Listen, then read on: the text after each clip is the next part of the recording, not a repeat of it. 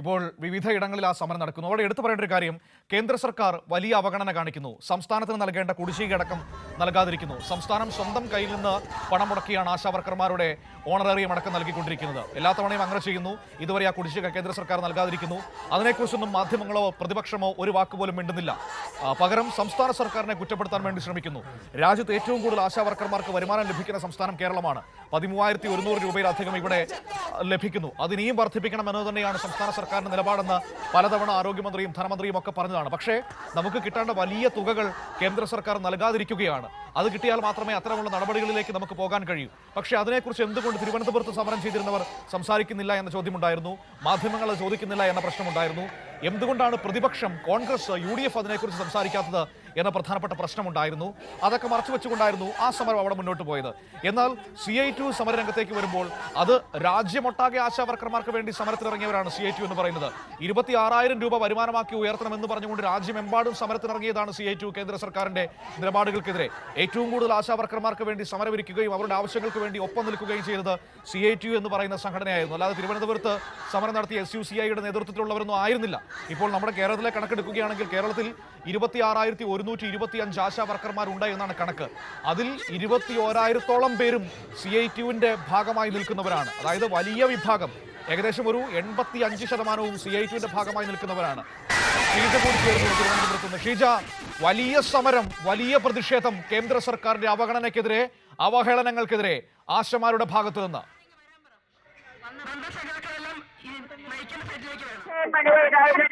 വലിയ രീതിയിലുള്ള പ്രതിഷേധം തന്നെയാണ് ആശാവർക്കർമാരുടെ CI2 വിഭാഗത്തിന്റെ ഭാഗത്ത് നിന്നും ഇപ്പോൾ ഈ ATCന് മുന്നിലേക്ക് ഉണ്ടായിരിക്കുന്നത്. വലിയ ആശാവർക്കർമാരുടെ വലിയൊരു പങ്കാളിത്തം തന്നെയാണ് ഈ സമരത്തിൽ നമുക്ക് കാണാൻ സാധിക്കുന്നത്. ഇതിൽ പ്രധാനമായും അവർ ആവശ്യപ്പെടുന്നത്, അതായത് ഈ ആശാവർക്കർമാരുടെ പ്രധാന ആവശ്യം എന്ന് പറയുന്നതും കേന്ദ്രത്തിന്റെ നിലപാട് തിരുത്തുക എന്നുള്ളതാണ്. കാരണം കേന്ദ്രം സംസ്ഥാനത്തെ തൊഴിലാളികൾക്ക് നൽകാനുള്ള ഇൻസെന്റീവ് കൃത്യമായ രീതിയിൽ വർദ്ധിപ്പിച്ചു നൽകുന്നില്ല. അതിനൊപ്പം തന്നെയാണ് ഇവർക്ക് നൽകാനുള്ള കുടിശ്ശിക, കാരണം ഈ ഇൻസെന്റീവായി നൽകുന്ന തുക മുടങ്ങിക്കിടക്കുന്നത് കാരണം അതിൽ ഉള്ള കുടിശ്ശിക എന്ന് പറയുന്നത് 100 കോടിയാണ്. അത് നൽകാൻ തയ്യാറാകുക എന്നുള്ള ന്യായമായുള്ള ആവശ്യങ്ങൾ ഉയർത്തിയാണ് ഇവർ ഈ ഒരു സമരമുഖത്തേക്ക് എത്തിയിരിക്കുന്നത്. ആശമാർക്ക് ESIയും PFും അനുവദിക്കണം എന്ന് തുടങ്ങിയിട്ടുള്ള ആവശ്യങ്ങൾ ഇവർ മുന്നോട്ട് വയ്ക്കുന്നുണ്ട്. ഏതായാലും ഈ സമരത്തിന്റെ ശരിയായ ആവശ്യങ്ങൾ, അതായത് ആശമാരുടെ ആവശ്യങ്ങൾ എന്താണ് എന്നുള്ളത് കൃത്യമായ രീതിയിൽ ബോധ്യപ്പെടുത്തി തന്നെയാണ് CI2 വിഭാഗം മുന്നോട്ട് പോകുന്നത്. അതേസമയം ഒരു വിഭാഗം സെക്രട്ടേറിയറ്റിന് മുന്നിൽ നടത്തുന്ന സമരം അത് കേവലം സംസ്ഥാന സർക്കാരിനെ പ്രതികൂട്ടിലാക്കാൻ വേണ്ടി, രാഷ്ട്രീയപരമായി ഉപയോഗിക്കാൻ വേണ്ടി നടത്തുന്ന ഒരു സമരമാണ് എന്നുള്ളത് ഈ ഒരു സമരത്തിലൂടെ ഇപ്പോൾ വ്യക്തമാകുന്ന ഒരു സാഹചര്യം കൂടിയാണ്. ഏതായാലും വലിയ രീതിയിലുള്ള പ്രതിഷേധമാണ് ഇപ്പോൾ ആശാവർക്കർമാരുടെ CI2 വിഭാഗത്തിന്റെ ഭാഗത്ത് നിന്നും ഉയർന്നിരിക്കുന്നത്. അത് അവരുടെ ഈ ഒരു പങ്കാളിത്തം കൊണ്ട് തന്നെ എന്ന് വ്യക്തമാക്കുകയും ചെയ്യുകയാണ്. തീർച്ചയായും ഷീജ, അതാണ് ഇതിന്റെ ഏറ്റവും പ്രധാനപ്പെട്ട വസ്തുത എന്ന് പറയുന്നത്. ഇതിൽ ഏറ്റവും കൂടുതൽ സഹായം അവർക്ക് നൽകിയിരിക്കുന്നത് സംസ്ഥാന സർക്കാരാണ് എന്ന കാര്യത്തിൽ ഒരു സംശയവും വേണ്ട. കാരണം കേന്ദ്രത്തിന്റെ ഭാഗത്തുനിന്ന് വലിയ തുക കുടിശ്ശികയായിട്ട് പോലും ഓണറേറിയം മുടങ്ങാതെ ഡിസംബർ മാസം വരെയുള്ളത് വിതരണം ചെയ്തു. ജനുവരി മാസത്തെ വിതരണം തുടങ്ങാൻ വേണ്ടി പോവുകയാണ്. കൃത്യമായി മുന്നോട്ട് കൊണ്ടുപോകുന്നുണ്ട്. പക്ഷേ അത് അവഗണിച്ചുകൊണ്ടാണ് ഒരു വിഭാഗം ആളുകളുടെ ചെറിയ സമരം തിരുവനന്തപുരത്തുണ്ടായത്. അതിനെ മാധ്യമങ്ങളും പ്രതിപക്ഷവും ചേർന്ന് വലിയൊരു സമരമാക്കി പർവ്വതീകരിക്കുകയും അതിന് പിന്തുണ കൊടുക്കുകയും ചെയ്യുന്നു. പക്ഷേ കേന്ദ്രത്തിനെതിരായ 85% വരുന്ന ആശമാരുടെ CI2 നേതൃത്വത്തിലുള്ള സമരത്തെ അവർ അവഗണിക്കുകയാണ്.